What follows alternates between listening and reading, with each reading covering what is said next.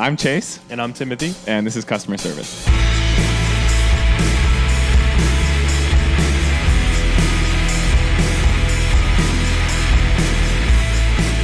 All right. Good morning, Vietnam. Coming to you from my brand new Lazy Boy chair. When this pod gets big enough, that is what I will elect to sit in. I'm not doing a Dak Shepard bit. I believe he also got a Lazy Boy for his podcast studio. Well, Timothy loves Dak Shepard. If you want to be cool, I would emulate Dak Shepard. Nothing cooler than all of Dax's career choices. It's the best El thing Camino he did Christmas, was Idiocracy. marry that boring lady. She definitely eclipses him in regards to fandom. But nonetheless, we were talking. I'm eager to get a Lazy Boy at some point in my life. But he just told us that he thinks cup holders and chairs are tacky. That's tacky. But the Lazy Boy itself. I don't need a cup holder in my couch or in my chair. You just know the vibe of this motherfucker is that it's got like cracked leather in it. It pinches your thighs when you sit in it. No, you know what I want? It's always hot. What I'm literally picturing is the exact chair that would have been, quote unquote, my grandmother's chair. It's a brown flecked fabric, big as hell. That's what I want. A brown flecked fabric, a textured fabric, no cup holder, no extra fixins, no cooler in it. A nice side table to put all of my trash and LaCroix cans on. So, oh my God, a side table for my trash.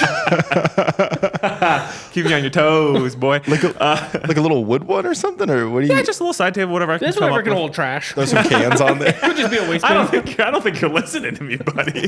I'm saying it holds trash. You know what? It's it a might even, trash you know what? I table. got it. I got it. It's a nice 2-tiered side table that I can easily put a Loggenberger basket underneath, and that can that's hold where the the trash trash goes? tentatively, and then I'll Chase. walk out and dump the Loggenberger. Of all things you've done, that's the thing that feels too far for me.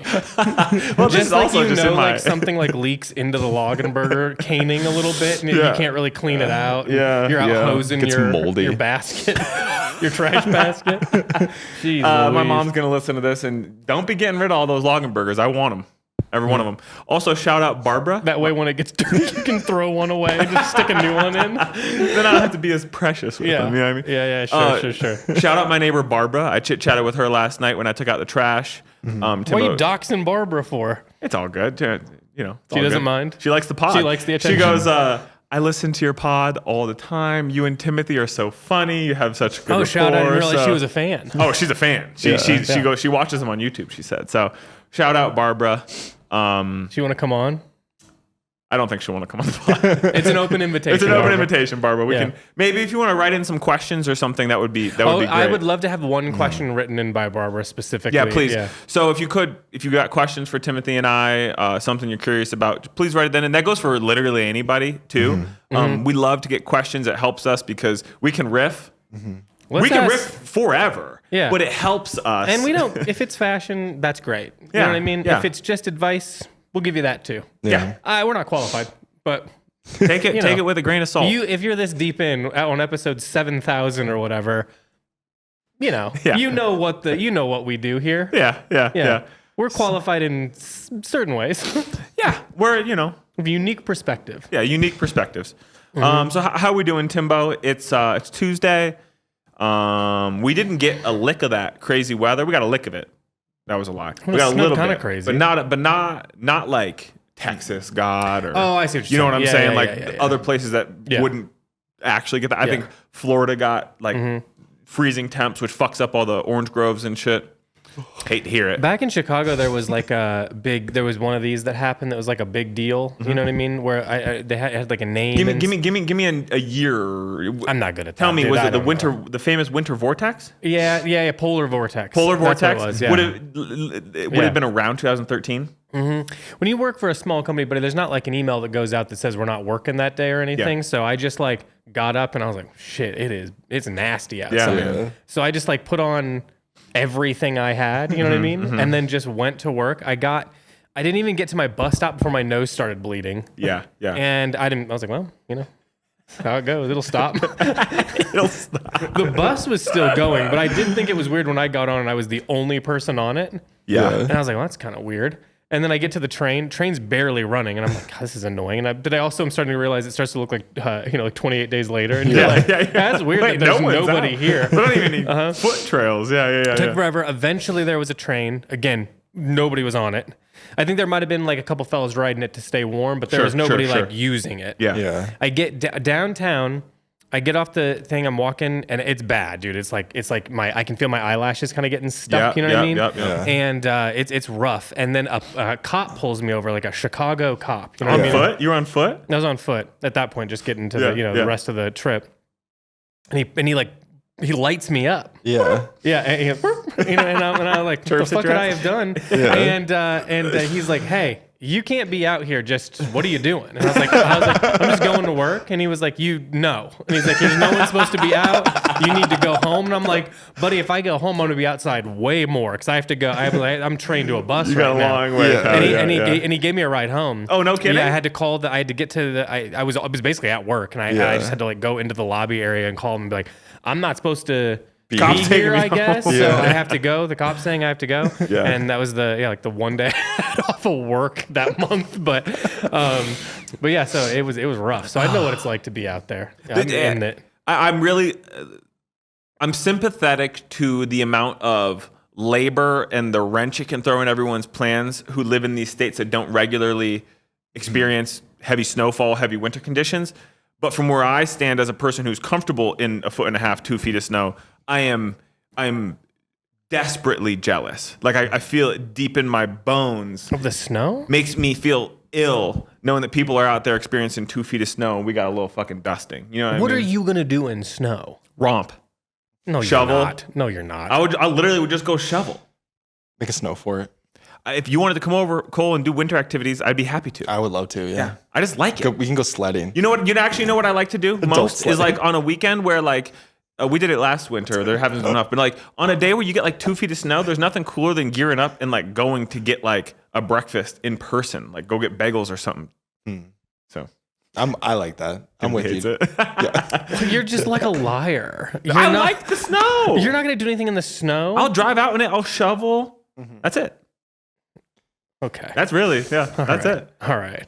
I like putting on all my Won't gear. take a walk around his neighborhood when the weather's nice, but if it's snowing, I'll just shovel. I'll just be shoveling and shit. Fuck off. Or like, people get stuck and shit. That's cool. When the UPS truck gets stuck, it's like I'm reborn. Yeah. I found God in that moment. You didn't help at all. Mm-hmm. You stood on the back and like jumped around. It didn't do anything. I took the back end of a broom and dug out some of the wheels, but the problem was it was so icy. What we really needed was Chad. He came with the cheater chain. Cheater chain. Yeah. That's legitimately a cool invention. Yeah. It's illegal. I need one of those. I'll fucking whip it out. You know what I mean? Just flies off into someone's windshield. But I'd love to have a cheater chain. I think stuff like that's cool. Nothing's cooler than like pandemonious weather and like legitimately when it's a little scary. That's cool. How big is a cheater chain? Is it like, in the game Road Rash when you can smack someone with a chain? Yeah. No, I'm not familiar. Well, it's literally like half of the diameter of a wheelbase, and it's just meant enough to come through, get enough traction to then pop it, so to speak. It did look kind of dangerous. Like if you mishandled it, you know what I mean? It could kind of. I was thinking in my head because it was right by these windows. I'm like, if that thing flies off, it's going right into the window. Yeah. Dude. And I was like, that's not. Well, and that's what Chad said. He's like, we're not really supposed to have these. Yeah. I had an idea in the shower this morning, changing subjects entirely. Yeah, because I'm sick great. of it. You know how we talked about like we could like raise money by doing like a marathon live, pod? Marathon pod. Yeah. Do you think we could do it on Xbox Live? I do. Yeah, we let people in so they can like ask us questions into the lobby and stuff. So it's kinda rowdy. We need to be able to. Literally, what we need is like a streamer setup, where like the audio is being pulled into that, whatever that is. Yeah. But then there's also the aspect if you wanted to hop in the lobby. Yeah. And we ran whatever. Yeah. I'm all for it. I just want to stay in the lobby. Yeah. We just talk in the lobby. It's like the lobby of Counter-Strike or something. Well, Where I it's hanging think out. there used to be like you used to have like a separate. I wish I could remember what it was called. It was a separate like system that you did like talking through. Do you know what I mean? It wasn't Like, through. It Wait, wasn't just built in, buddy. You had to have a whole separate window open that you'd get in there first, and so you could talk. Through did you use Steam? Was CS on Steam back in the day? Yeah, eventually, yeah. Because Steam does, but Steam was like a lot different, dude. I mean, it ran like 2 games, and it was, you know, oh, it it's was like just a whole thing now. Dude. Yeah, You no, can get no, like thousands. it was not that. Because me and like my buddy, I don't want to throw out his name, but my buddies when we play CS, we just use Steam's chat function. Like my computer has a hard time when I'm running Discord and Counter Strike, so the Steam chat function as well. But I think it'd be great. I want to do any sort of marathon pod, but the key is it can't just be sitting here. It does need to be. We need to be a little more comfortable. Canoe Club and Steam collaboration. Yeah, that'd be tight as hell. Doing the podcast from a Steam lobby. That's funny. Okay. That was it. That was the whole idea. It didn't go anywhere further than that. How are we doing? How was the weekend, Timbo? Did you get into anything? No, we're in the middle of buying, so it feels like I had like a meeting in the morning on like a Sunday, and I don't know, it just felt like I was doing that. You know what I'm saying? Like I felt like it, so I didn't do a ton with my time off. Yeah. I feel like I did something, but it wasn't a lot, dude. I watched basketball and did my painting and I feel you. Ran errands. It's boring, dude. Yeah. Life's boring right now. It's January. It's a really weird time. Because we're like back in working mode, but like not fully, but we're also really busy with like things we don't typically do. So yeah, I don't know. I kind of hate January. Yeah, it sucks. I'm ready for like late March, April. April's like one of the nicest months here. You can get a foot of snow, or it could be 75 and sunny. So I want it to be the end of July and then just stay that way for. You want to cook, baby? Hell yeah. Yep, I'm ready to get back to my roasting. Yeah. You know, I'm not as agile at this time. Like, I'm not like as interested in going to the gym because I'm like, ugh, I get in the car and it's cold and I have to warm up the car and like you do all these things and it's just like everything feels like even like I love like doing not errands, but like little chores around the house and like going in and out and in and out. Well, that's the thing. You're relegated to inside stuff everywhere. Yeah. I hate it, man. I don't think I'm getting enough vitamin D. Yeah. Taking so many damn supplements. I hate January. It sucks. In the bud. Yeah. What about you? What did we do? I don't think we did much, to be honest with you. I don't even know why we asked this question anymore on the pod. We're so boring. Yeah, well, at this point in the year too, like I'm really eager. Oh, you know what I did? I'm getting ahead of. I'm probably gonna start some seeds for the garden here in a month and a half. So I completely tore apart my office, took everything out. Had a trash bag and I threw away shit. I did you, dude. And Mashan goes, really going for it. Because I was throwing shit away. You know what I mean? And donating things that I'm not wearing and don't need anymore. So I went ham with that, reset, and I got my seed starting set up just about there. I'm going to get another little wire thing to stack things and tie lights to. So excited for that. Beyond that, Mashan made some stew on Sunday. I watched some dog shit playoff football. Patriots and Seahawks. I'm rooting for the Seahawks, I suppose, but don't really care for either of these teams or these franchises. So. Who's halftime performer? Like Ludacris or something? Bad Bunny, which I'm actually looking forward to. I feel like he'll have good guests. I like his energy as a guy. That's better than like I hate when they do they try to pull those like nostalgia plays where that's what I was saying. It's like Bono for the 6th time. Yeah. It's like who's the audience for you know what I mean? Like who's listening to this? Yeah. Do that. What I really want is for Future to be the halftime performer, obviously. Future, if I've got a lot of money wrapped up in the Super Bowl and I'm like, this is a big deal. We have a lot of different, this is a big time for commercials. This is where we make all of our money. I wouldn't roll the dice on Future showing up, doing what he says he's going to do. I love it too. I just feel like if you're making an investment. You know, I've never heard a Bad Bunny song. You could play a song and I've never. You've heard one, you just don't know it, I think, is one of those. I mean, you just didn't know that was. Plus, he's like a feature on like a billion songs. Yeah. So the guy works. Yeah. We played a lot of He was in Happy Gilmore too. He was? Oh, yeah, he's a major component of Happy Gilmore too, yeah. Didn't even know that. Speaking of which, Timbo, I didn't start it because I'm watching another show which I wanted to talk about, but you said, what is it?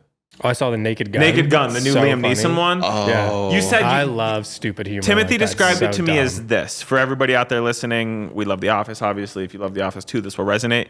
It was Operation Midnight, right? A Threat Level Midnight. Level Midnight. As like a full feature. Boom, Michael Schoon. Yeah. It's basically a movie of Michael Scott doing It's his so persona. much, It's like the exact type of bits that are in that, just like for the whole time. Yeah, it's great. I am really eager to watch that, but actually, and I don't think this. I know this. I don't need to play the game. I know this isn't your show, but I was talking with Elliot over at the store, and I mentioned I liked Homeland and whatever. We were just talking shows, and he goes, "You watch The Americans?" And I hadn't watched The Americans, but he likened it to Homeland.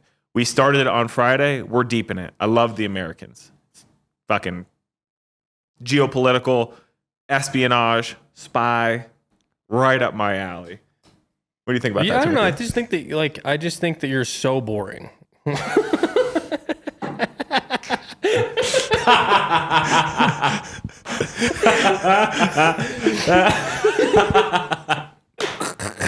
That's tight. All you do is watch The Americans and eat stew this weekend. I mean, I'm not saying I did anything, but I certainly didn't do that. I went dork heavy shit. cleaning. But you remember how I talked about I finally got the garage in order? Yeah. Did I tell you about the dilemma now? I mean, Chase, do you know how many times I've heard you say that you get the garage back wait. in order? Oh, it's dicked again. No, it's back in order. and it's maybe the worst it's ever been because we got So a new you couch. didn't clean. You just moved things No, from no, one no, no, area no, to no. another. The garage was not part of the equation this weekend. The garage was already dick to shit. Mm-hmm. We got a new couch, so now our old couch and the boxes that got delivered in are now populating the entirety of the garage. I had the garage as nice as it's been in a long, long time. Michelle and I went ham.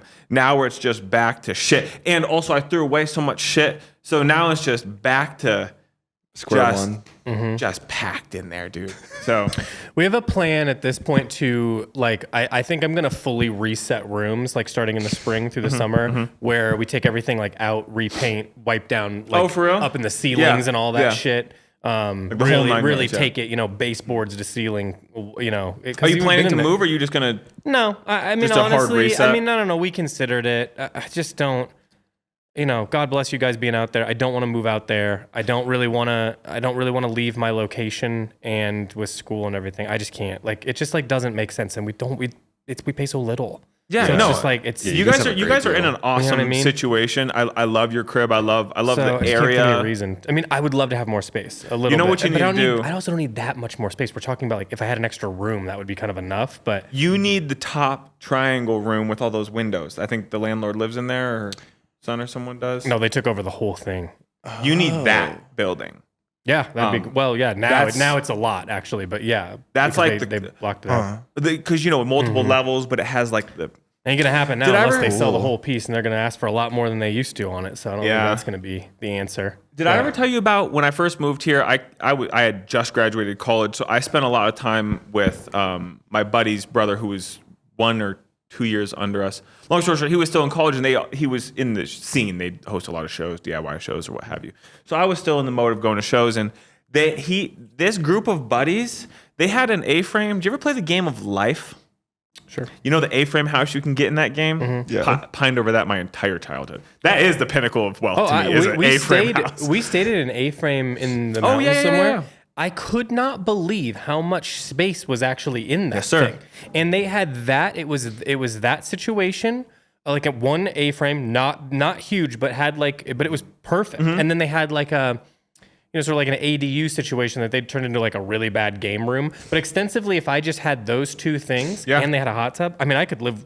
That's kind of like, at this point now, it's like, I kind of just want to keep my apartment because if I leave, I'm never going to get an apartment at that rent again. Not here. at that, or this close to work too. Yeah.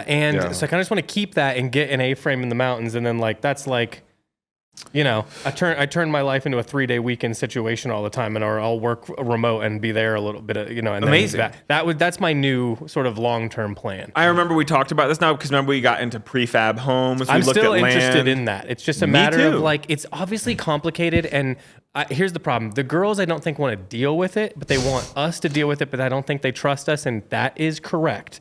To be fair, because we will pick the wrong land. We will not ask the right questions. We will begin construction instantaneously with no information. That's where the conversation goes with Michelle every time we start down this path. And she's like, "Can you even put plumbing? Does it have electricity?" I'm like, "Yeah, obviously you could do that." They can do it. We've seen it. No, zones need to be, zoned appropriately. But yeah, we talked about prefabs and the stone cold reality is we need to meet with someone who does this or has done this, and then ask them some questions.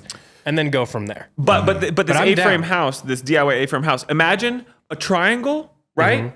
That was so big that you could put a full-size trampoline in. If I got hucking myself, I still wouldn't be able to touch that pinnacle. It was huge. Yeah, they're tall. And then spaces don't need to be that big if you have a lot of ceiling. And that's kind of a lot of ceiling. Yeah, just set up shop. It's a one room. And there was a kitchen in there that had, it wasn't necessarily a separate room, but it'd be like the kitchen is up along the wall and then maybe like some cabinets separating the space.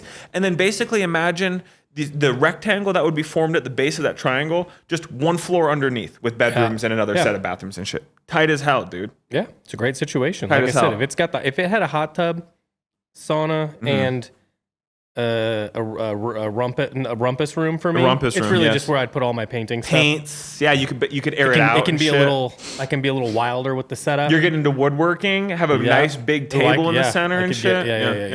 Yeah. I'll have a lot of nice like artworks that I can put out in this like wooded area that I can build. These objects. Yeah, dude. These monoliths.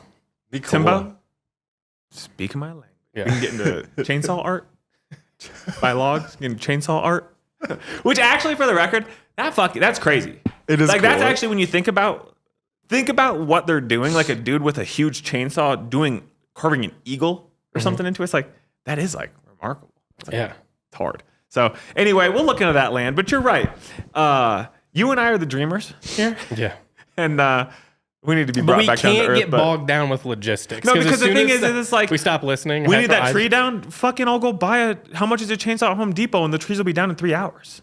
Yeah, but it falls into the house. We'll fall in the pulley system, and we'll get it gone. Knock it on your head. We'll do it, but no one should probably look at us. And if anyone calls, like the authorities to check on the situation, we've definitely violated a lot of codes. Well, I'll be honest with you. If you're a cop, and you know what to do with my trees.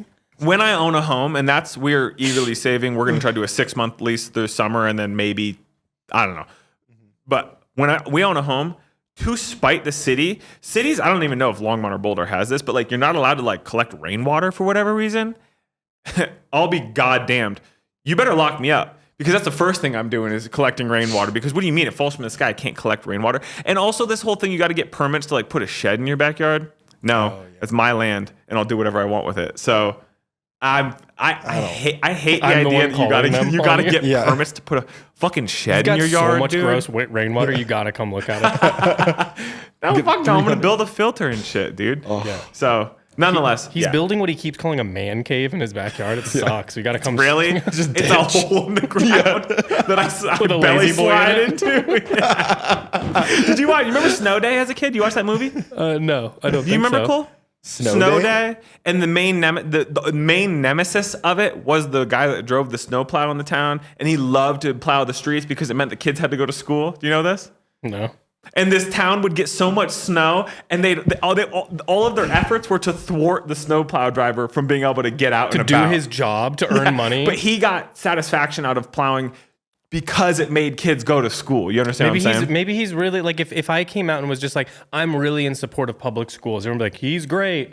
This guy, he's doing the same shit, trying to get those kids to school safely, and he's the bad guy. I'm with this guy. This is exactly like when Mary-Kate and Ashley. No, I'm so sorry. The Parent Trap. So sorry. Lindsay, sorry about that. Sorry about ladies. I apologize. That's my fault. Lindsay Lohan. Double Lindsay Lohan. Yeah, it's easily confused because they got two of her in that movie. Yeah, so, the twins. Yeah. When they went after that lady that was great, the stepmom. I can picture her, but I don't know her name. Meredith. She plays. She's like the catty younger woman in everything she's in. You know, she's great. She's great. My number one crush, maybe. Really? Is that woman? I don't know. Just thinking about it now, perhaps.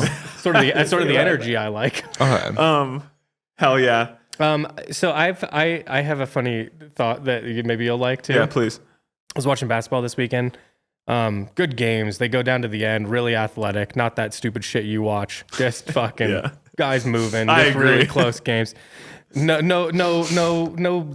like a legal battle over a yard or two. Yeah, Nothing yeah, like yeah, that. yeah. Just good basketball.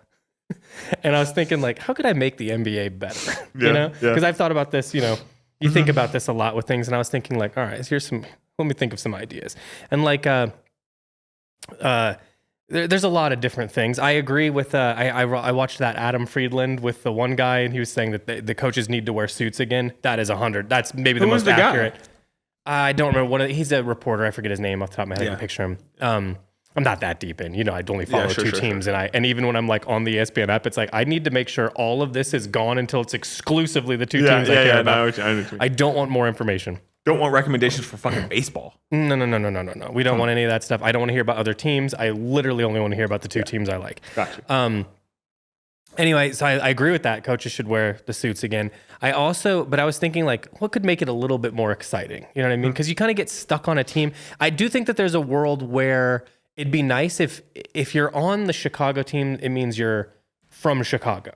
Oh, I see you. You see what I'm saying? Yeah. That's what would happen in like if you play high school or college. Well, I guess college you start moving around, but like you're all from. There's a couple high-end high schools you can move around the country to, Okay. but Those largely, are lame. yes. I'm talking about if you're talking about like guys that are probably so good that just don't have the support to go everywhere and do everything they need to do. These guys could probably Right now, people. there's a 6'4" kid in Illinois that doesn't have the financial means to be seen, but can absolutely between the legs yam and is him at his local YMCA. You know what I mean? There's an opinion I have that if you just gathered up like the best guys in Chicago that just play at Just like hoop. rec leagues and you know they're just rippers, and I understand they don't have all of the etiquette and like support that like the Bulls have, you know. Sure.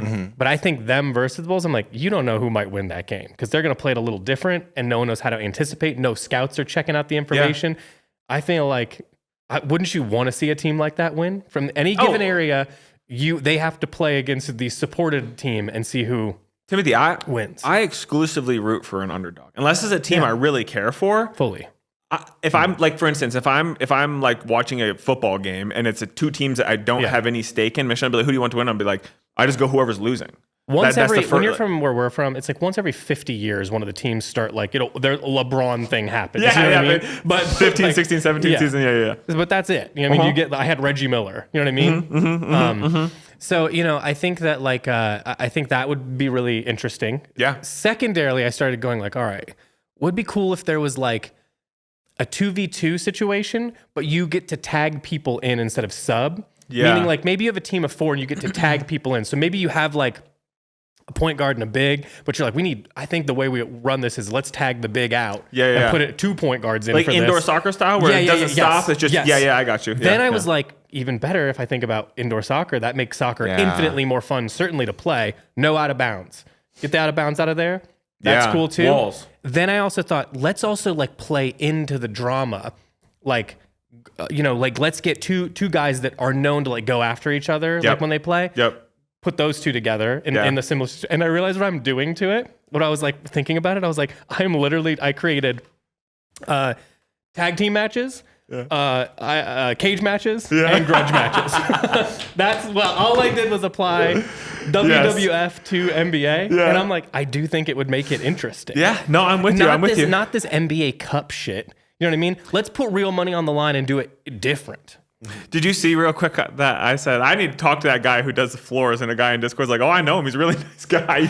Truly, not to. I mean, obviously, one would joke around with him. That would be an interesting interview. I would love to know that because I've also watched videos on YouTube of them putting the floor together. Because we've all had that thought of like, how the hell? Oh, it happens. Yeah. It's a well-oiled machine, dude. They can break shit down. Yeah. I got then interested, like, building that must be pretty complicated. If you think about like putting that, I wonder how long that takes. If this fella's looking for an interview, I'd love to meet him. Yeah, and the thing is I'm being hyperbolic as I do in both real life, but in my personality here at the podcast.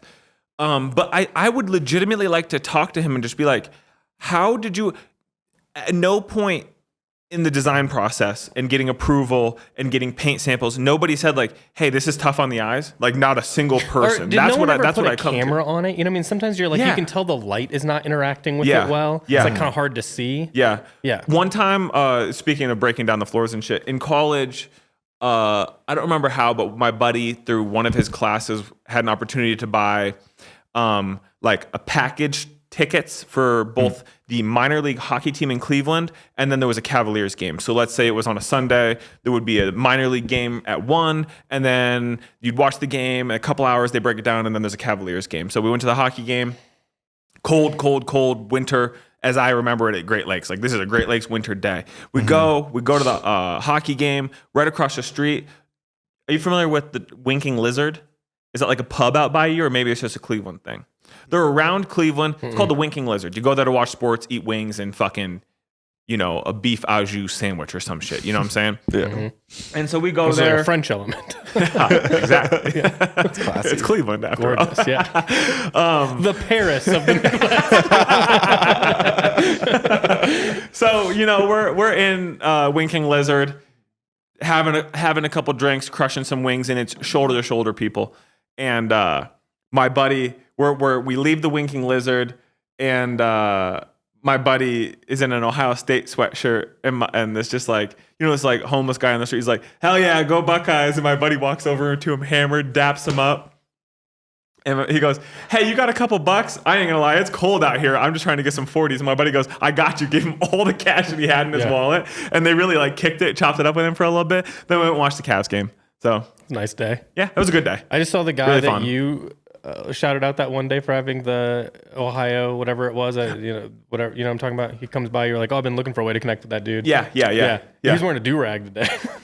No. Yeah, like those cool ones that are like half black, half red. Yeah. Are you for real? Yeah. He go this way. He went Yeah, to he's walking towards that way. Lolitas. Yeah. Well, he'll come back. He does it multiple times a day. There's this kid in town. I'm going to be earnest for a second. I'm not joking or throwing shade to this kid.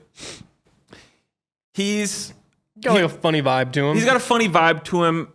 He always looks bummed and very unenthused. We just see him every day because of being out here. We just see him, and being on this block, there's, and I was thinking about this the other day. I probably recognize well over 100 people that frequent this area. Okay, over the years, I would recognize these people. If we were in another city, I'd be like, I recognize that person. You know what I mean? And so I've recognized this kid, and he's always dragging his feet and looking bummed as hell. You know what I mean? And he just, not a lot going on, I don't think. He's just kicking it. You know what I mean? But then one day, he walks by with him and his little brother. They look exactly the same. I would assume it's his little brother. And he's wearing a Shadur Sanders Cleveland Browns jersey, and his little brother's wearing a Travis Hunter Jacksonville Jaguars jersey. And I go, fuck yeah, go Browns, this and that. The other. It's the first time I've ever seen the kid smile, so I want to just show a little love. I can't He wait to seems see like a him. nice guy. Maybe it wasn't it. I'm telling you, it was like under another hat, and I was like, that's crazy. That's really wild. Yeah. Yeah. It is. So we're going to go ahead and we're going to see. We'll log it when he goes by. But yeah it's crazy. Okay. Well, how are we doing? Anything else? What about? So we've been in market. Yeah, we've been in market. We just had a Lemaire meeting this morning. Yeah, we had a Lemaire Awesome. meeting tomorrow. We are under NDAs with these brands. If you guys are ever like, why don't they say the brands and blah blah blah? It's because we can't. Because we get you in for like real? trouble. Yeah, I sign a bunch of stuff. I mean, I don't know what it all is. I just sign it. But we can kind of say like without saying like new brands. You got anything that stood out to you so far? In market. Yeah. Well, the first thing I was going to say was a new brand. If you can believe that. Yeah. Not surprised. The Lemaire stuff was really good. Another brand that it's not new for the fall winter season. It's new for spring, but I'm not going to say it was really good. Shoot, throw out. Well, here, you know what? Here, I'll give Help you a me. little. I'm going to give you a little license, and I'll just bring one up because I don't care. Yeah. Because we have it coming for spring. Yeah. And I think it's actually for shipment is maybe almost ready. Cool. Saya. That's the yes. Yeah. I really love this brand. I've kind of admired it from a distance for a little while now. We were able to see it in Japan a little bit. I bought like a couple little thing, or just a little guy. Well, you bought that cool little tray object, from yeah. Maidens, which is dope. I really have liked this brand. I like the storytelling so 100%. much. I just didn't feel like I was like getting that until I met with them, if that makes sense. So Yeah. basically goes that the designer like travels each year to like figure out what the collection is going to be, but it's not like bullshit, if that makes sense. It's not like I went on vacation to this one place and you know what I mean. I felt went to inspired. Hawaii and Yeah, it's not that. Like it's like traveling this really famous road that was like apparently like this trade route for in China that was For tea, right? tea. And then before that, I forget, Laos was the one that'll come in for spring. Spent time in Laos, met with makers, made things locally, stayed there and got to know like the different like techniques and ways they could apply it to. So what I like is the collection always kind of feels, it's not herky jerky because it definitely feels like it's got like a specific point of view, but the clothes are simple. The techniques are not. They're really complicated and fabrics unusual. And the dyes change a lot based on locations, and even if you're seeing one thing dyed one way and then the same way in another place, you see the differences, you know, which is pretty cool. Because there was this like, indigo dyeing thing that we saw in the first collection, this indigo dyeing thing that we saw in the second, and because they were two different places, it looks different. They're really into like having like objects, and like they view it more as like a full, I don't know, kind of like design display, if that makes sense. So like that includes like pottery, woodworking objects, things like that. So it really feels like it's an interesting way for it to feel like a more full collection, if that makes sense. And when I mean collection's gotten thrown around so much to the point where I don't even know what makes something a collection and what doesn't anymore. But I really appreciate the dedication to developing art and allowing like the makers to be such a big part of what's happening. Not just I'm the designer and I did this, and it doesn't feel like that. It's very much like I worked locally with people, and this collection is a representation of that local community and my own vision. I think that's really cool. So I'm really excited to bring that stuff in and tell the story, but I also really, really loved specifically this fall collection so much. So yeah, I mean, really all excited. The clothing was so sick, and some really nice silhouettes. And again, the fabric to me you're buying it for the story and the fabric, and like the fabrication and all that. There's also stuff coming for spring on that tip, because the clothing for spring is awesome as well. But again, what stuck out to me is the objects. Can I say a couple of what we have coming? Yeah. There's these really cool fucking candles that I'm not even going to go into like why they're cool, but when they hit the site and you read the description, it'll make sense.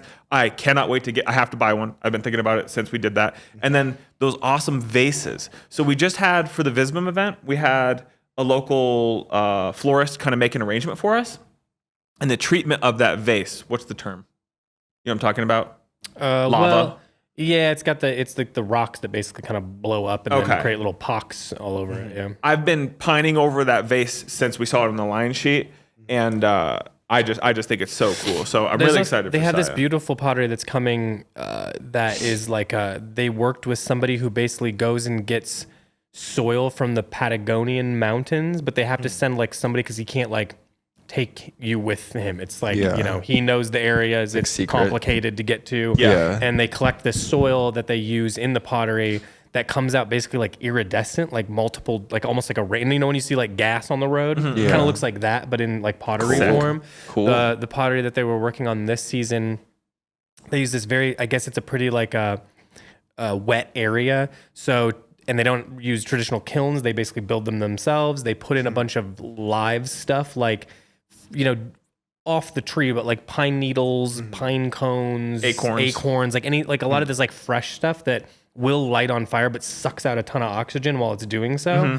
And then it turns to charcoal and then adheres itself to the ceramic and then becomes this really, I mean, if you're 40 feet away, it looks just like a black pot. When you're closer, you're like, there's a lot happening here. And you see that it takes on a lot of this sort of natural like embers and extra ash and shit that's coming off of it into itself as it like hardens. And there's no glaze to it at all, but it looks glazed. Yeah. Really beautiful stuff. And then the clothes is no exception here. I mean, some of the dyeing things that they did with this collection incoming from Laos are so unique and strange, like dyeing things with flower matter and things like this. And then, but it always comes out as really like elegant. Like, like some of the stuff that we have has more of the like makery feel to it, which I think is also awesome, just to be clear. But it has that very like handmade feel.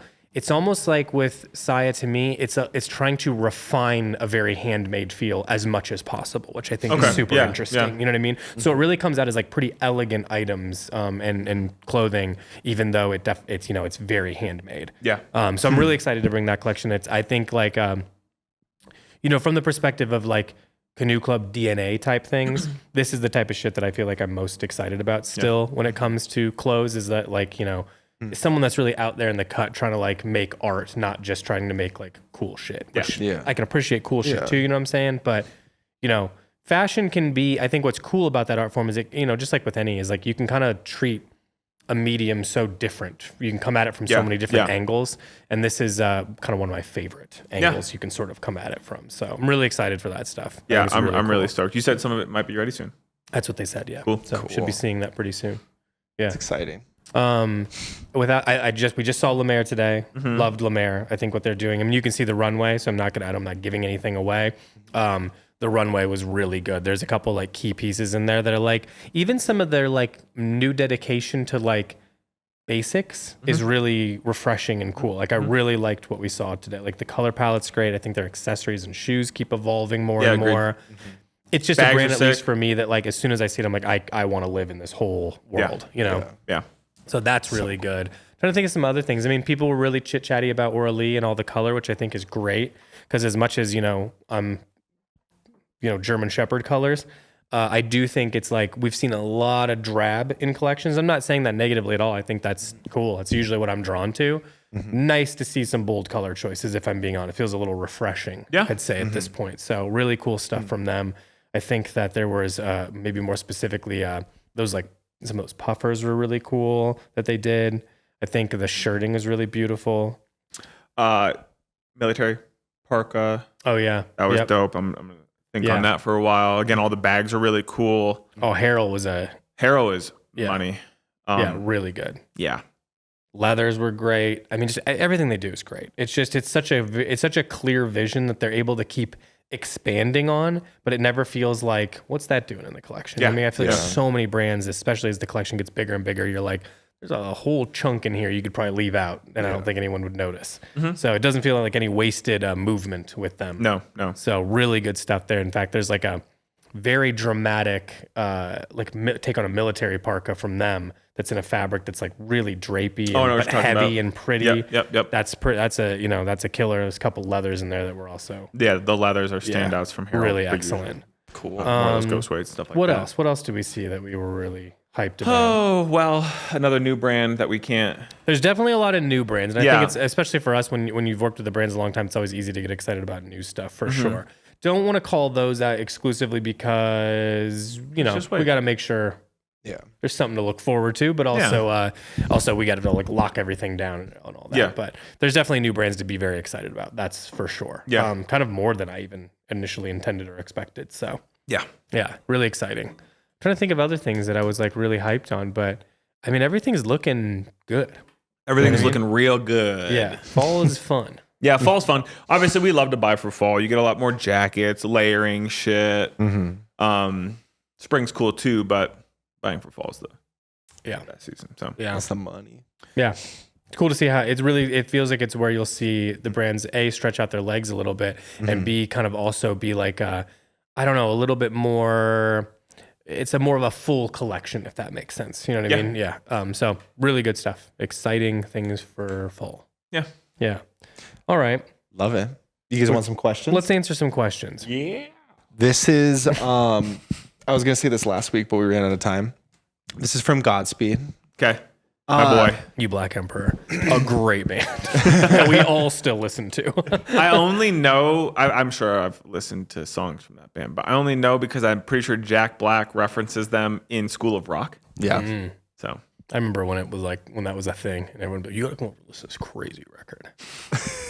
This is experimental compared to like the hardcore we're listening to. Yeah. Compared to like Wake the Dead from Comeback. It was pretty wild. But okay, sorry, go ahead. Okay. Wild to think 2016 was a whole decade ago. What do you guys think is an album / song from here, I'll phrase this better. What do you guys think an album, a song, a movie, or a fashion trend that was popularized in 2016 that still holds up today?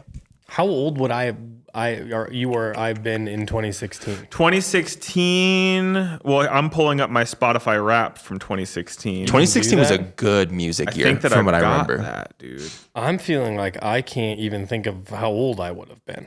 Son of a bitch. Did I only go back to 2017? Well, Timbo, it was just 10 years ago. So what? 10 years. Okay. Sorry. Yep. I could have probably got there. I was like, I do have top songs 2016. I'm gonna name the first I feel like this 4 will be songs from so this, and it's not gonna embarrassing. surprise anybody. Bug from Alex G. I Want Wind to Blow by the Microphones. Fake ID by Joyce Manor. And then I Felt Your Shape by the Microphones. I had just gotten into the Microphones. I just became aware of Alex G at that point. I had just moved to Colorado. So you asked about music. and this is Chase. This would be pre. Well, now hold on, because I can tell you right now, if this is the case, I can tell you this is 90% of the time. Yeah, fucking Jeffrey came out 2016. Yeah, that's what I was like. yeah. That was This was 90% of it. I can confidently tell you. Peak Yeah. Young Thug. This was great for hip hop See, and rap too. That was a great year.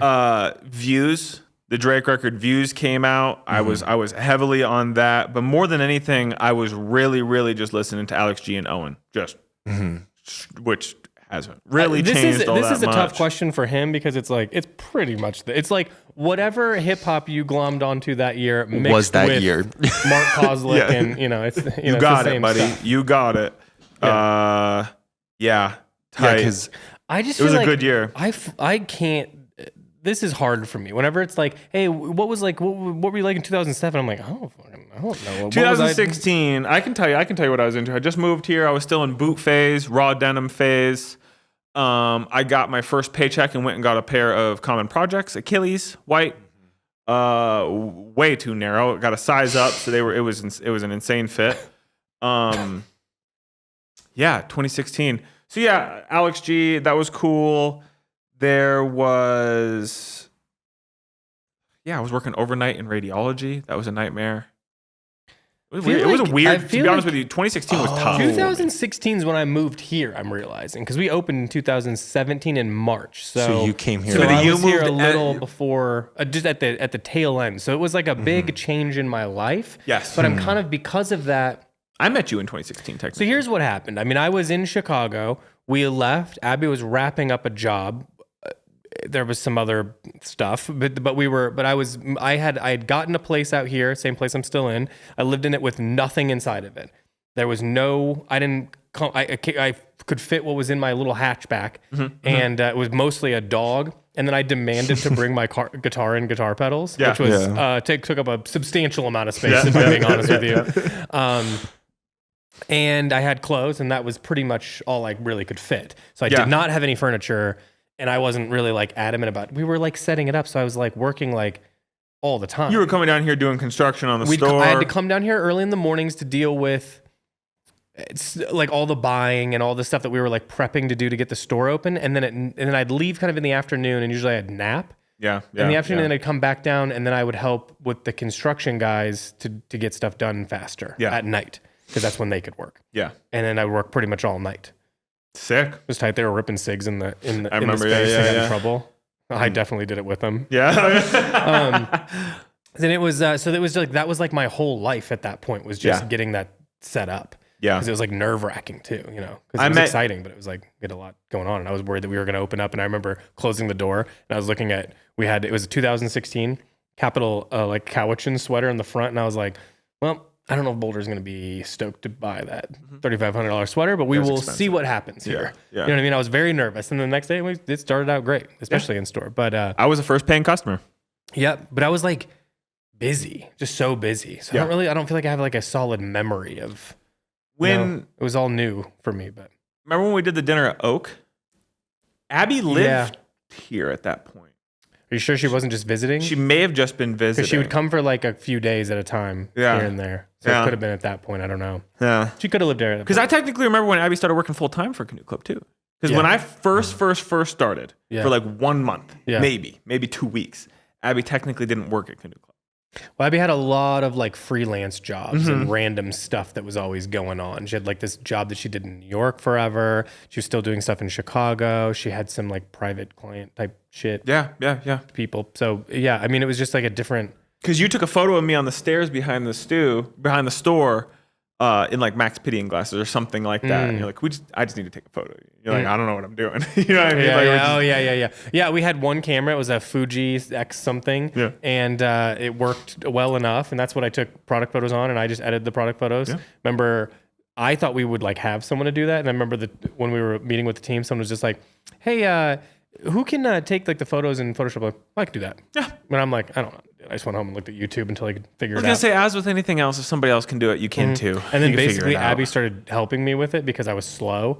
And it would always be like, can you just show me how to do a couple things? And I'd like kind of slowly walk away. And then she ended up, that's how she is hired here now. Yes. Our little family, it's awesome. It's like I'm just struggling to remember like the vibe. Yeah, rephrase the question. Could I give you guys like some men's fashion trends, brands that were big? Yeah, that maybe jogged the memory. Yeezy dropped in 2015, but I think the V2 in the beluga and like all the different crazy colors, that was at the peak in 2016. If you had those in Chicago, what are these? You were going Yeezy to get Boost. robbed. The knit uppers, knit uppers, kind of like a Nike Free, kind of like thing? ribbed bottoms with the lettering, the red lettering. Yeah. Okay. The Roche Run update. What was the? Yeah, it was basically a Roche Run. What was the? It was a fix to that because that is a disgusting shoe. The Roche Run. Yeah, we all had them. I had them. But I actually never. I had Freeze. You know what, dude? Maybe I'm going to get a pair of Freeze for tees. summer. I wonder if I can pull off a pair of Freeze if they make a silhouette that sits right. I wonder if I they think still you'll find make the old them. ones. Yeah. The old ones were kind of good. Yeah, dude, they felt good on your foot. Yeah, they did. They had. I love maybe even the 4.0 or the stretch 2. them. There was one pair that I'm thinking. It wasn't the first pair, but like one of the second or third iterations. Money, absolute money. The Free was such a sick concept. Nike executed that on that perfectly. The next time we have to like dress up for something, I'm getting. What were the ones? The Flyknits. I'm getting Flyknits to wear with the suit. Yeah. Bring that back. Yeah. Interesting that Flyknits aren't a thing right now because it kind of fits the bill of low profile. Yeah, bringing stuff back. Yeah. I bet we're probably headed in that direction. Yeah. Nike, you want to hire me? I gave you that idea to bring that Flyknit back exactly as it was. You bring back that weird multicolored one that every guy at Pitti had, and then you bring back the neon one that every guy that didn't know how to do it exactly would have. Every guy at Pitti, man alive. That's a masterclass on what not to do. That's a retirement home. All right. Other brands that were really big, Supreme, I think in my opinion, from what I think 2017, 2018 was like the peak when they did the Louis V. I think if you're monogram talking about one, like popularity mixed with what they were doing, sure. Height of what they were doing overall, I wouldn't agree with, but certainly like it hit its peak. Yeah. So I think that was big. I think in that realm, it was just like we were in the middle of the rise of streetwear, but mostly like sneakerhead shit and like resell kind of obsessive, big drops, brand, exclusive collabs and stuff like that. God, I think was like in pre-COVID feels like a fantasy world. Doesn't even feel real, dude. It's like, what were we just doing, bopping around loose? Nothing bad had even happened. Yeah. We had forgotten about 9/11 at that point. You know what I mean? We were just good in the world. I told you in college, one of our friends, she was dating a kid in Cincinnati, and she bought him a Supreme hat. And I remember just being like, motherfucker, dude, I would kill for a Supreme hat. I wish she would buy me a Supreme hat, you know?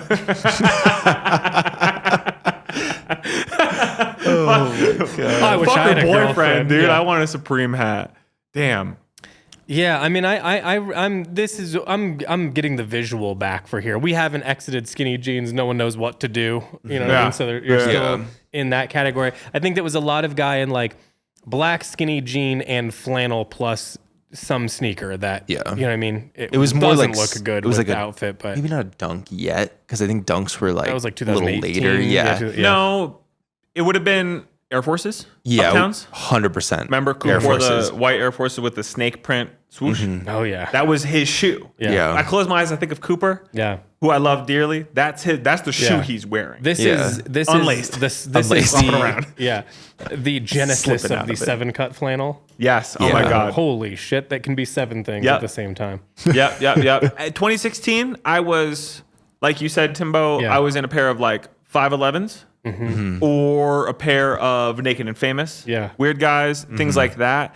And then me and my buddies, I didn't work at Red Wing any longer, but 2 of my buddies out here who took my job when I left the Arapahoe location, which is no longer, they at one point 3 of us worked for Red Wing. Between the 3 of us, we had every single heritage model in almost every single color accounted for between the 3 of us. So 50, 60 pairs of boots just in the doorway, in our closets. We had every single model. So I was very, very, very deep in Red Wing lore and having everything that they made. You know, I hadn't exited that world yet, but I will say because we were starting this and because I had just left doing that hardcore, both on like on both sides of the fence on the Jeans and boots, and it was like, you know, I think that I was just ready. I was done. With that. That was the year I put that torch down of I'm good on this. Yeah. So I didn't know what to do next, but I was like, I know that I'm not doing that anymore. Yeah. Yeah. I mean, I was still in it until started to working at Canoe Club. 2016. You know what? I would have. I think I attempted to learn sign painting in 2016. Put it away and learned proper in 2017.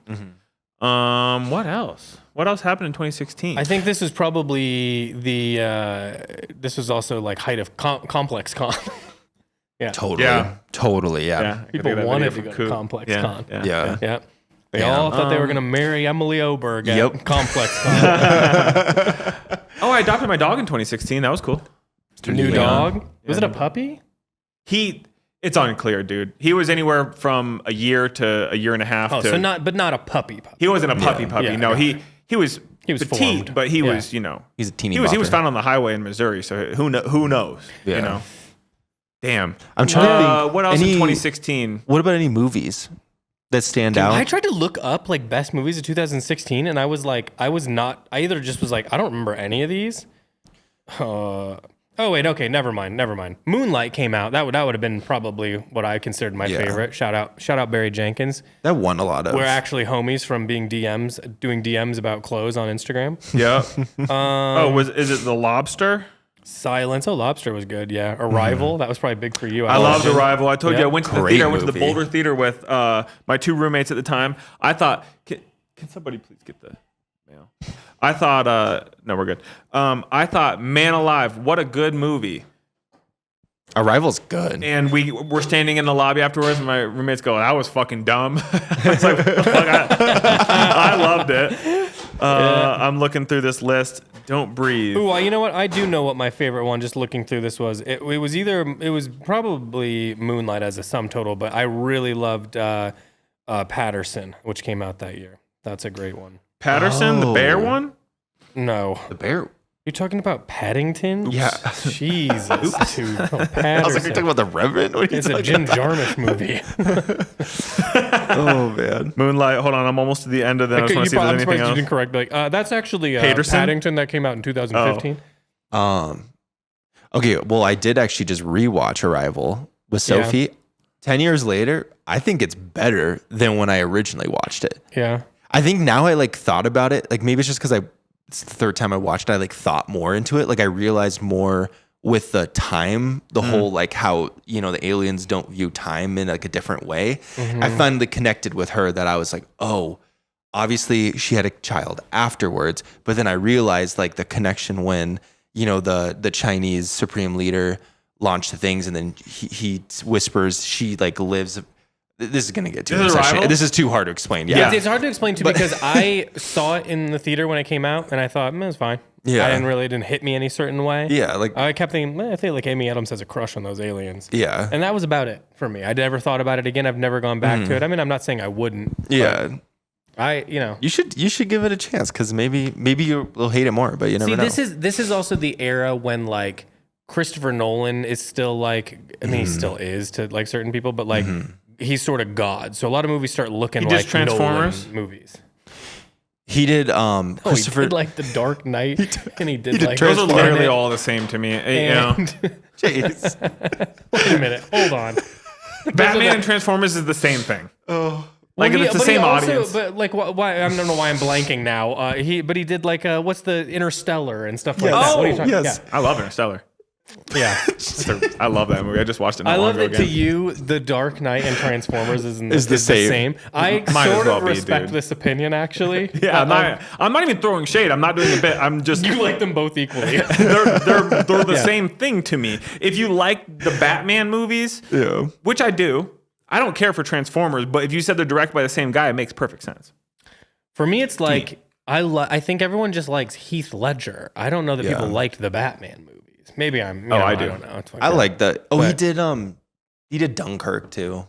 Yeah. with Mr. I don't know that. With Harry Styles. Harry Styles, yeah. There was I was just looking through a weird top 2016 movies. There's this movie that I watched. You guys ever watched a movie where like it feels like a blip in time that didn't really exist, like a really weird movie? There was this movie called Dark Crimes with Jim Carrey, and it's like in Poland or somewhere like Eastern Europe, like really, really, really bleak, really like sharp architecture. This was raining always. He was like frantic and making a lot of like serious movies.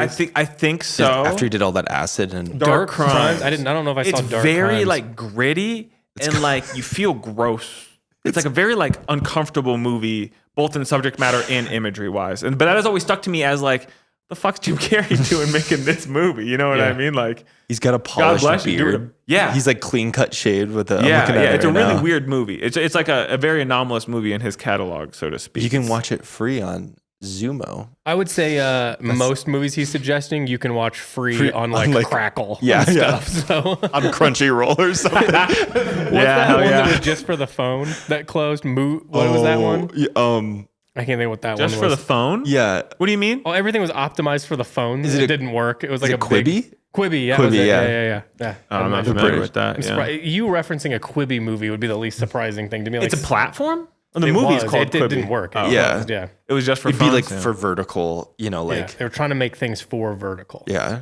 Oh. It's like how Chris would watch like little snippets of movies. Don't talk to me about that. That pissed me off. He'd come in here and try to talk to you about a movie you saw. I'm like, oh, you just watched it? Like, yeah, I watched the recap on YouTube. And I'm like, no, that's not the same. I don't know why, but that really pissed me off. When you try to talk to people about basically movies. That's how you watch movies over the course of 3 days as you fall asleep through them. Like, what's the if I fall asleep, I will watch it. Yeah. You get up and then you're like, there's so many times you tell me, hey, I'm still watching that movie. And it's like 3 days later, I'm like, what are you doing? It's like I fall asleep books. and I got, Yeah. So it's no different, really. Yeah.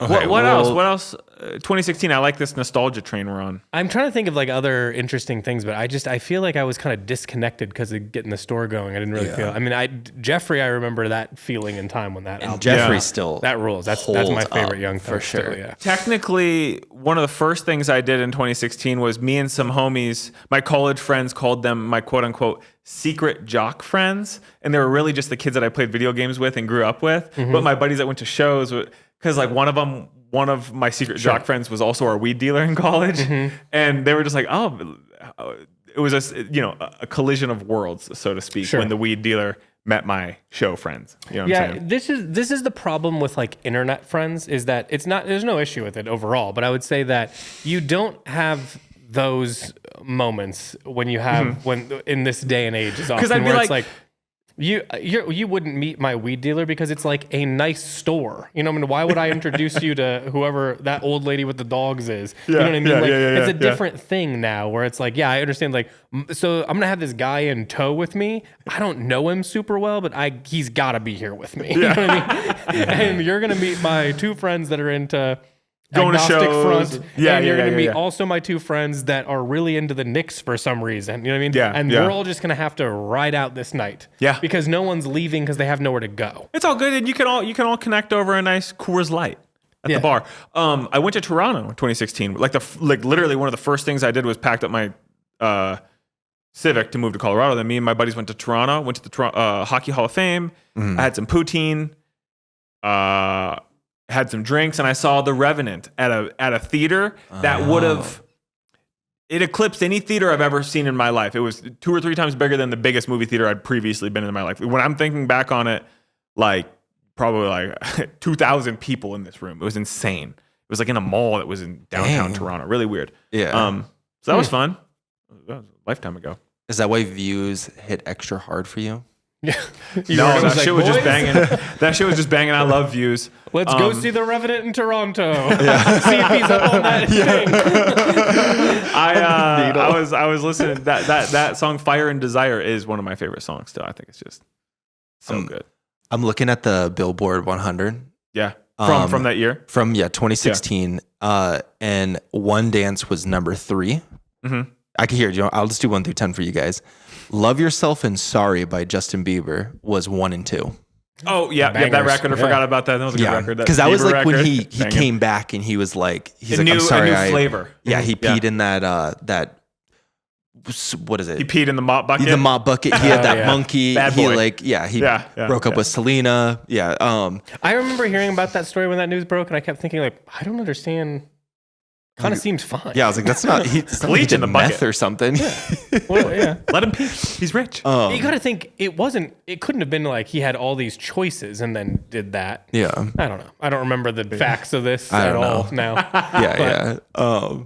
Drake was One Dance with WizKid, and then Work with Rihanna and Drake was for number 4. Banger. Oh. Then Oh, yeah. Stressed Out by 21 Pilots was number 5. Number 6 is Panda by Designer. That was on my panda. You know what else was? My roommate back in Boulder song. Yeah. You remember that? Oh, yep. That's number 10 with the Oh. Chainsmokers. Yeah. Chain-smokers. Yes. Featuring Halsey. Yeah. Adele's number 7 with Hello. Oh, And yeah. then 8 is Don't Let Me Down with the Chainsmokers as well. 9 is Can't Stop the Feeling with the fucking troll with JT, Justin Timberlake. Yeah. And Dude, at then one point really liked that song. yeah. And that's the top 10. Interesting. Cole, let me ask you a question. Yeah. Life was definitely better back then. Yeah, 2016 was tight, dude. 2016 was Jeez. tight. I mean, compared to the 2015's chart, like the top 10 songs of last year was horrible. Yeah. Was it this bad? year? Dude, it was a bad year for 2015. When you think about de-evolution, it's like we've started tumbling down the hill in a way where it's like, you know, when you get to the part when you're falling where you've started to hit big leaps. yeah. You catch air. We're catching air, buddy. No, it honestly does feel like society is on a very, very, very sharp decline. Like, and I've said this a million times, so like kids these days will not understand the elation of riding your bike around the block and just looking to see bikes in the front yard. Maybe you still will, but you would have already talked to the kids through whatever texting app or whatever, you know what I mean? And like, there's no more analog things or just like existing. Cole, what were you doing in 2016? Because you're younger than Timothy and I by a chunk. I was in senior year of high school. No kidding. You graduated 2016. I graduated 2017, but 2016 would have been, yeah. Cole, you ever a prom king? No. It kind of seems like you. Did you win any superlatives? I in high school, I kind of just really did not care, which I think probably made people think I was cool, but I actually didn't. I was just high, basically. Yeah, tight. For the last senior year, I would just, Yeah, we just tight. That's We all just I tight. did, yeah. tight. Yeah, I would hang when on did my butts. Superbad come out? Like 2006? Yeah. Tight. Weed is tight. Tight. No, Oh, I mean, man, weed is tight. but for me, it was like, that's when Lil Uzi was like peak Lil Uzi, yeah. Future, Young Thug, Oh, ASAP. I think that's when This was Long Last such ASAP. a good time for hip hop in general. It was like you know what I mean? the a new best sound evolution. was starting to develop. Weird stuff was happening. Future was Yeah. really, really like coming to be at that point. Yeah, I'm like trying to think. EXO of, Tour Life, dude. When the Yeah. first time I heard that song, I was like, "This is sonically something I'm crazy. unfamiliar This was with." probably this is probably right. This is. I wonder what year it came out that they had that Virgil Abloh DJ set. Bird's Eye View or where the power cuts because Yeah. it gets too rowdy. Yeah. Fuck Oh, yeah, yeah, so yeah, sick. yeah. We used to watch that early days of Canoe Club all the time. Oh, do you know every time I hear Miles Davis, I expect T-shirt to come on. You know what I mean? And I think it's worse that it doesn't. And wait, is it Shooter? The Lil Uzi tune with Shooter? Lil Uzi with Playboy Cardi. Oh yeah, You know what I'm talking about? Yeah. That's Cardi also was you. also When I big, think of yeah. when I hear that, Yeah. I think of you, Timbo. That's like a Yeah, we love turn up that tune for shit. Timbo. I love that stuff. Oh, Was man. that the same? Was it when Kanye had his like Yeezy? Because I always think of that infamous where Young Thug takes the aux cable. And then just in immediate, I think that was 2017 is like what it was. But I was still living in Chicago when that was the situation. so maybe that was earlier. That happened there, and that, Yeah. well, no, it happened. Life of Pablo came out while I was still living in Chicago. I remember the day it came out. Every single car that drove by Was playing- That was playing yeah, that. when did Life of Pablo It was like a come cool out? cultural moment, honestly. That might have been 2016 actually. See, 2017 was my. This guy fired up. He just barked. Yeah, Life of Pablo is 2016. Yeah. So maybe because Right I remember before. that infamous. I was where- at a gas station and Abby said, "Oh, I think that Kanye album came out," and then we were like starting to listen to it, and then it was like, "Oh my God!" Everyone that's driving past is listening to it too. It was a big night in Chicago that night. yeah. And then things after that started Going wheels downhill. came off a little. Yeah. Good album though. Yeah. Credit where it's due. That was his last album. Yeah, because Slime Season 3 also came out in 2016. Is that with the bus bleeding from the eyes? Yeah. Yeah. And that's when it was Just Might be on that? I think Just Might. No, it's like with the Memo, Oh, yeah, Slime yep, shit, yep, yep, Digits. yep. But I remember that's when Digits. when Thug put with them, and that's when he Yeah. started playing, and then like Kanye's like, no, turn that, and then everyone's like, Yeah. It's above too their good. head. So There sick. was a time. There was a time where every like party you went to in Chicago, at some point Digits came on. Yeah. Like it was everywhere banger you of a went, song. that was out. Yeah. Yeah. We get done with this and I start writing product. I'm listening to Digits slowed on YouTube 10 times in a row.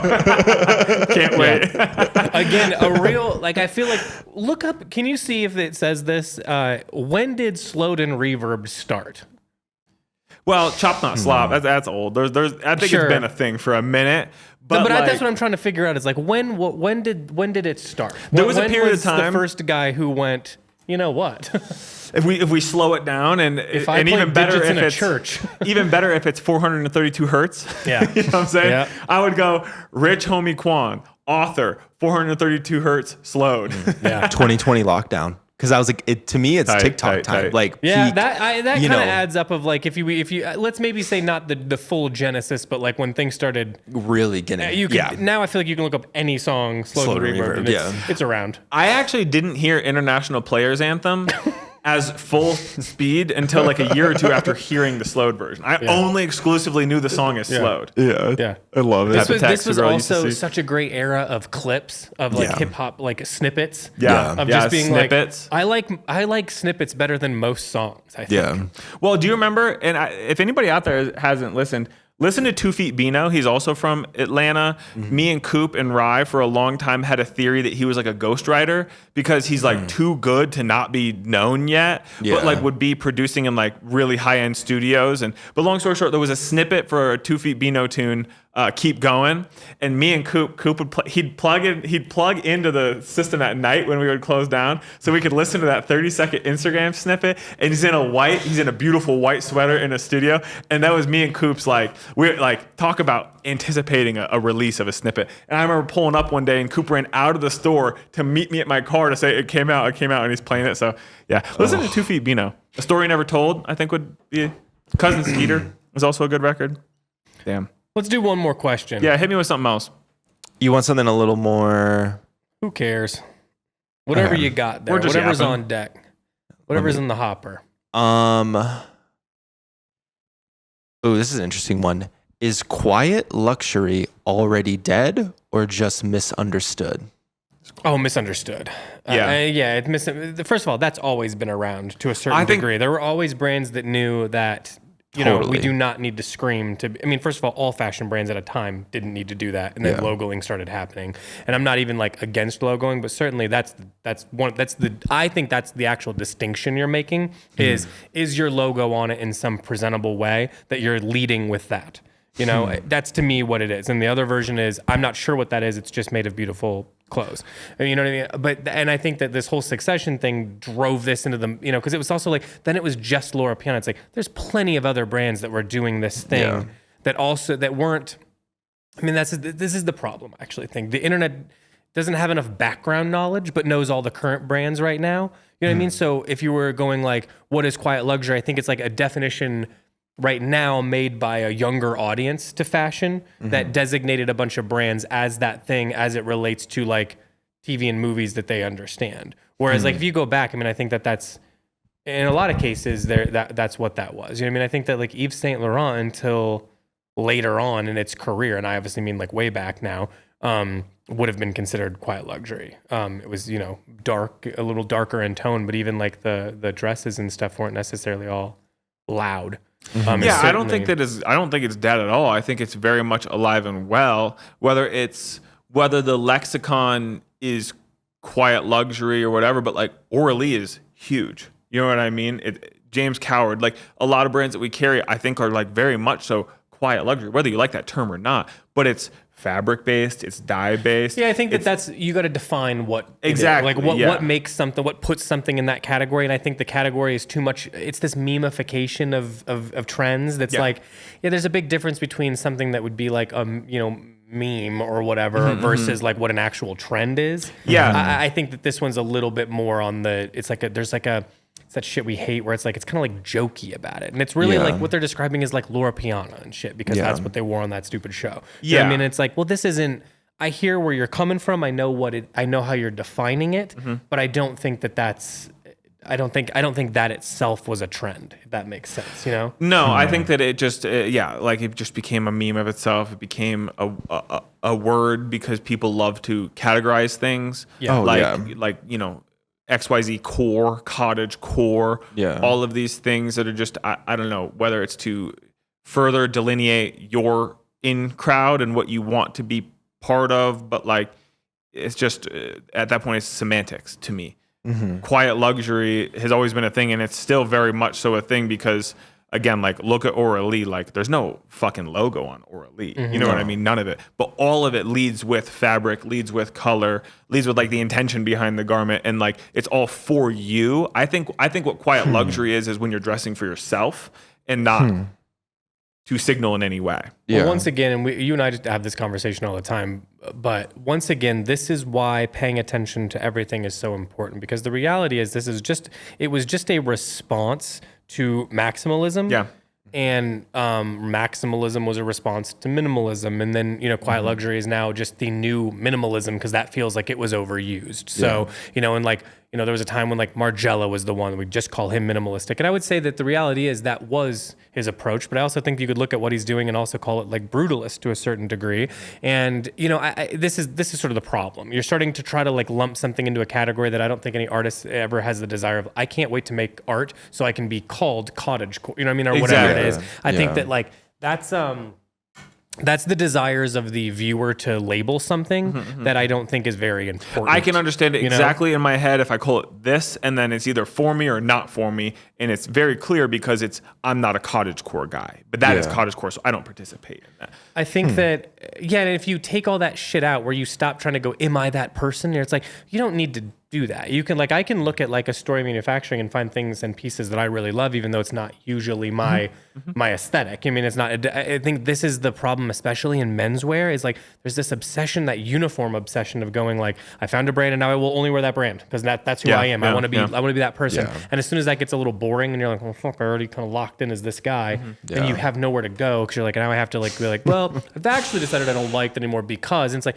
you could just get out of it. You could just sell some of the stuff that you don't wear that much anymore and keep the things you do and then buy some more. It should be a constant evolution. Yeah. But I think that response to the maximalism is really just, there was a lot of heavy logoing through maximalist trends. You know what I mean? Loud colors, everything. Well, coming off of, I actually, you know what it is? I think it's actually a response to not maximalism. I think like Oral-Lee is a response to Marnie's maximalism, for example, where it's like, it's quiet, it's soft, it's not big, it's small instead of, it's really like, it's just smaller and quieter.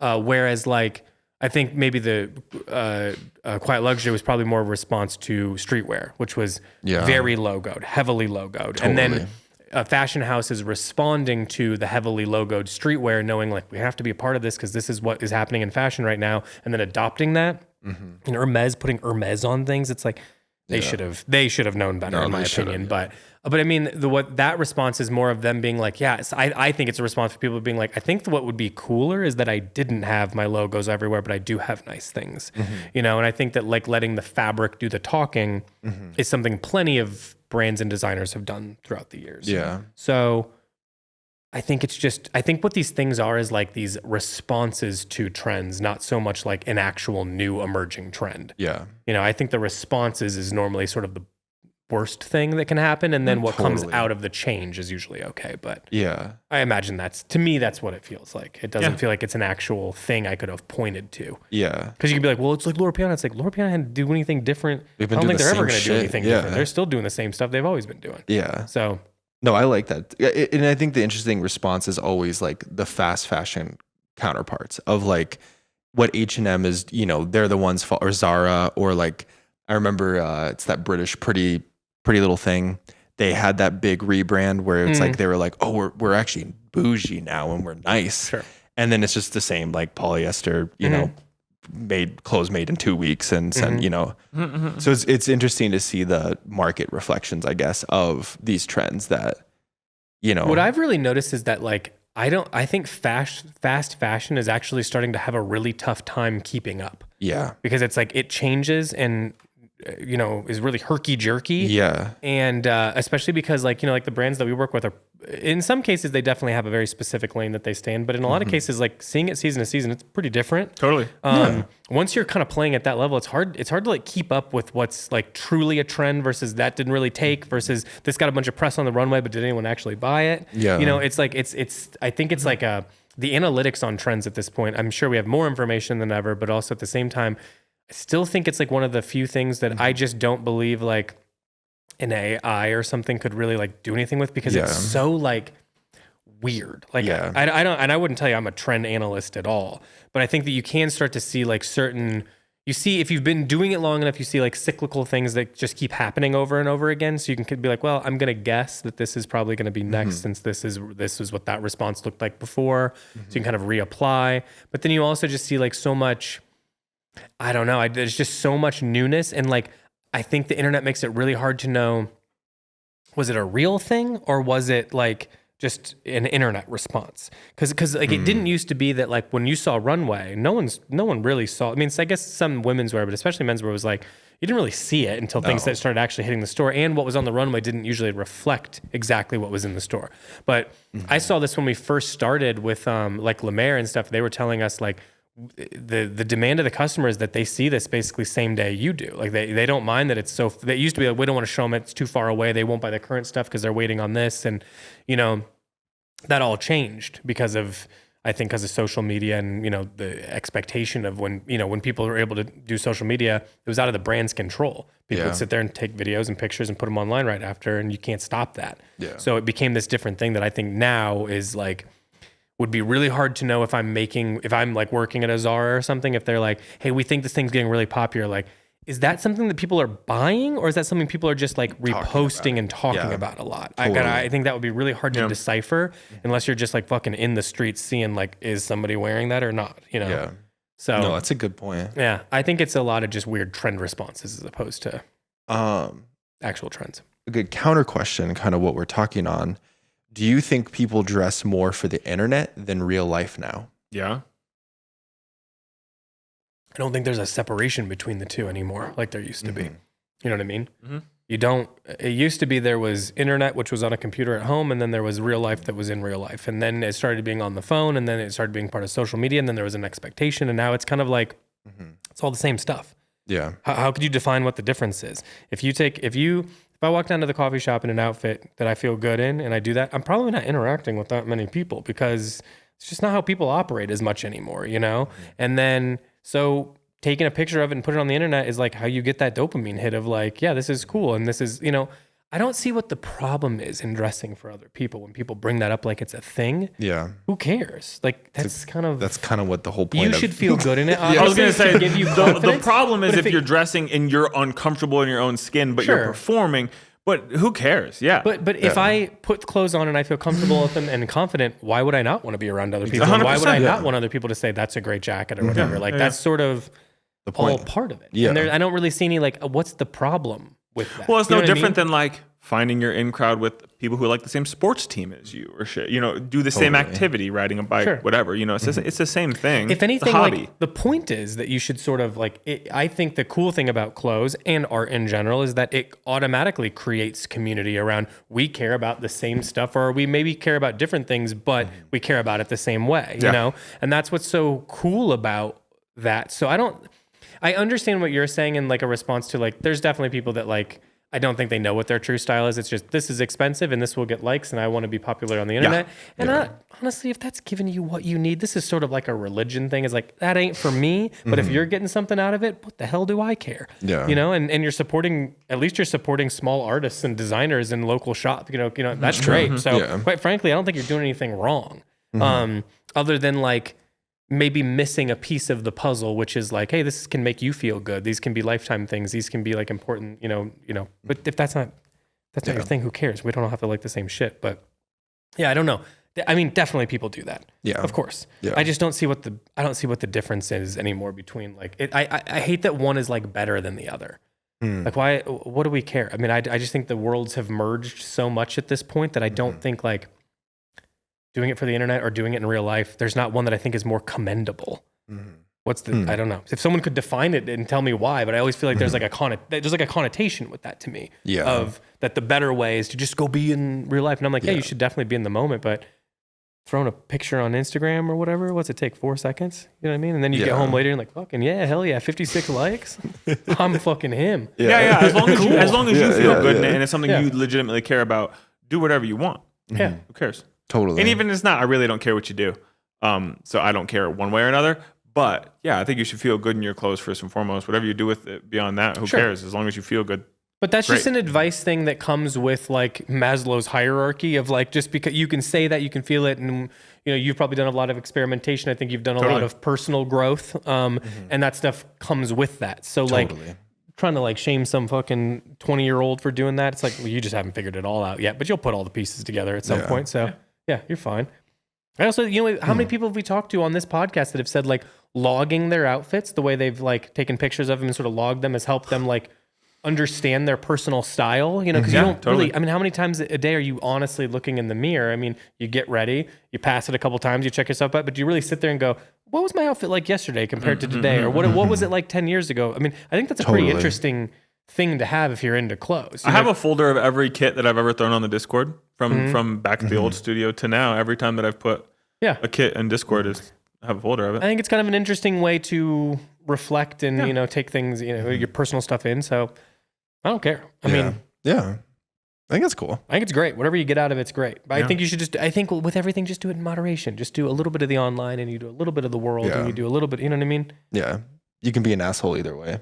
Yeah. If you go too crazy. And we all know that like when you're talking about like real style, when you see someone with killer style, it's because clearly they've stopped thinking about it. Yeah. You know what I mean? This is just something they do. This is just what they feel comfortable in. And now they're operating at the highest level of style of like, I'm not really thinking about what I have on and I don't care how much it costs. I don't care what it is. It's all just like stuff that's personal to me. Kind of like, you know, when you buy like, when I bought this leather jacket, it's an expensive leather jacket.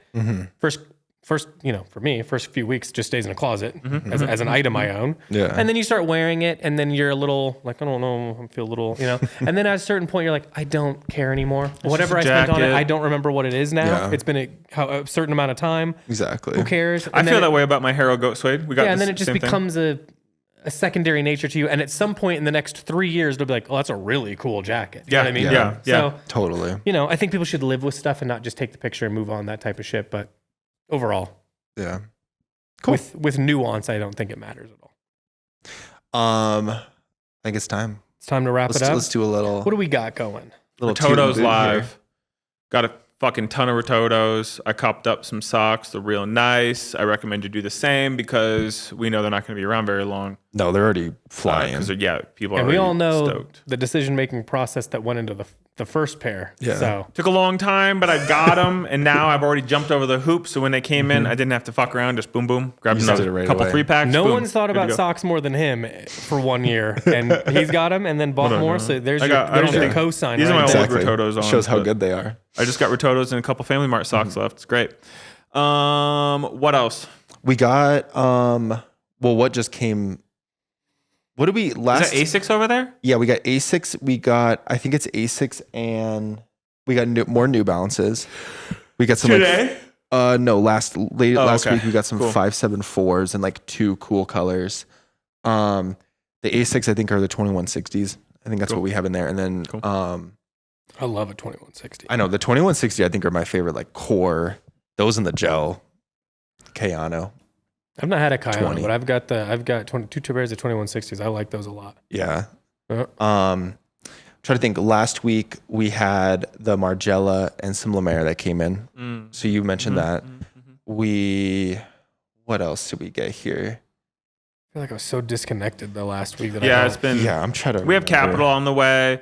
We have some Warehouse on the way. We got a full ass restock of APFR and like a ton new scents and incense sticks. We got some Orally about to be on the way. Orally. We got somebody else hit me up. Saya Has some stuff generally close to ready. We're gonna start hitting that. Yeah, we'll get a bunch bunch of shit. Do you guys have any fave of? I've been seeing some people reaching out on the new APFR scents. Anything that stands out? White tea. I haven't actually Tobacco checked cedar. them out yet. The new ones. Tobacco cedar, I think you'd enjoy. Yeah, tobacco cedar is really nice. Okay. Saline smells like Polo Sport Red. Yeah, sailing. You did have me smell that one. I did like that. Yeah, I liked that. If they could have infused some cigarette smoke on top of that one, that's what. If I ever make my own fragrance, that's what I'm looking for. Polo green with a little Marlboro light on the top. Hell yeah. There's one that's called, it's like Sauvis, Sauvis. That's a really nice one. Kind of has like a lilac vibe to it almost in a way. I need to check them out. We should probably. There's like so many. I know I haven't smelled half of them still, but. And we got the cones too now, which are, I love a cone. For everybody with the pull push product, we were bummed the APFR sticks don't fit with a lot of that stuff. Now you got it handled. You can actually have the smoke come out your little chimney. You know what I'm talking about. Anything else? I think that's about it. I feel like we're missing stuff, but I don't know what it is. My mind always goes blank. Go to the website and go to new arrivals. You'll see what we've got cooking there. Hey, when we getting those Girl Scout cookies? Did you get a shipment yet? I think February. I'm not sure is what it said. timeline on it. I think February though. Yeah, like beginning of February. I want them bad. Yeah. I want them bad. Which one's your favorite? Samoas. Samosas? Samoas? Samoas. Samoas are my favorite for sure, and I like them to freeze them. You freeze everything. I like to freeze my dragon fruit. Yeah. Samoas frozen. Yeah. I'm burnt. Yeah. It's been a long podcast. That's about it. I'm eager to eat some lunch, so maybe Cole, we could figure something out there. Oh, we'll figure something out. Jesus. That's about it, though. Yeah, we got some product. Pop over to new arrivals. Late in the day for you guys to discuss lunch. Normally, that is well established. I'm assuming you guys. Oh my god, it's already almost 1. Jeez Louise. We've been going for a minute then, huh? Well, we started late. Oh, last thing, we got those niceness. We got the 4 pieces. That's right. Yeah. And I think half of it's already sold out. We sold a good amount before we went online. Before it went online, a lot of folks were hitting us up. Yeah, the B Bliss, the B Rolo, really cool black kit. Write us in some questions. Write us on some things that you would like to hear us talk about on the pod. It's super helpful for us. As you know, we can riff, but it's nice to have. Another show that I watched. Speaking of Succession, Shiv Roy is in a new show called All Her Fault on Peacock. So freaking good. Shout out Peacock. Shout out Peacock. Go hop over and watch that. Colleen Ned. Yeah, that's about it. You're like a blimp. I'm surprised you haven't been on the podcast with like a NASCAR style shirt. Yeah. You have a Type 2 with a bunch of fucking Jimmy John's. Sponsorships. Yeah. Oh. Tony Stewart, Bad Boy, Home Depot sponsor. Come on. You get the fig neuters right on the. Shout out any brands that want to hit us up that wants a patch on his jacket. Yeah. You know what I mean? We'll add a patch to his jacket so he'll be here. Yeah. If you are by chance listening to this and you own an NFL team, I can kick a 45-yard field goal with some training and a little bit of coaching. I think I can kick a 60. So if you want to hit me up, you can find my email. Reach out to me. He did do it one time. Yeah. So first try. Yeah. First try. I kicked a 35 and a 40. So that's about it. Maybe I'll attend a combine this summer and try out for the Broncos. 33. You know the only one kicker in the league is getting paid under $800K. I said I'd do it for $200K and some food. So sign me up. If someone wants a real cheap option. Yeah. I've got no experience. Probably injury prone. Yeah. My ankles are bad. Just tape me up before the game. We're good. Yeah. Yep. As long as I've got somebody playing Cody and Crazy into my ears, and we're good. I'll be juiced right up. 45-yarder, no problem. Again, with a little coaching, 60. All right, let's wrap this up. We're done talking. Thank you for being here, guys. Bye-bye. Bye.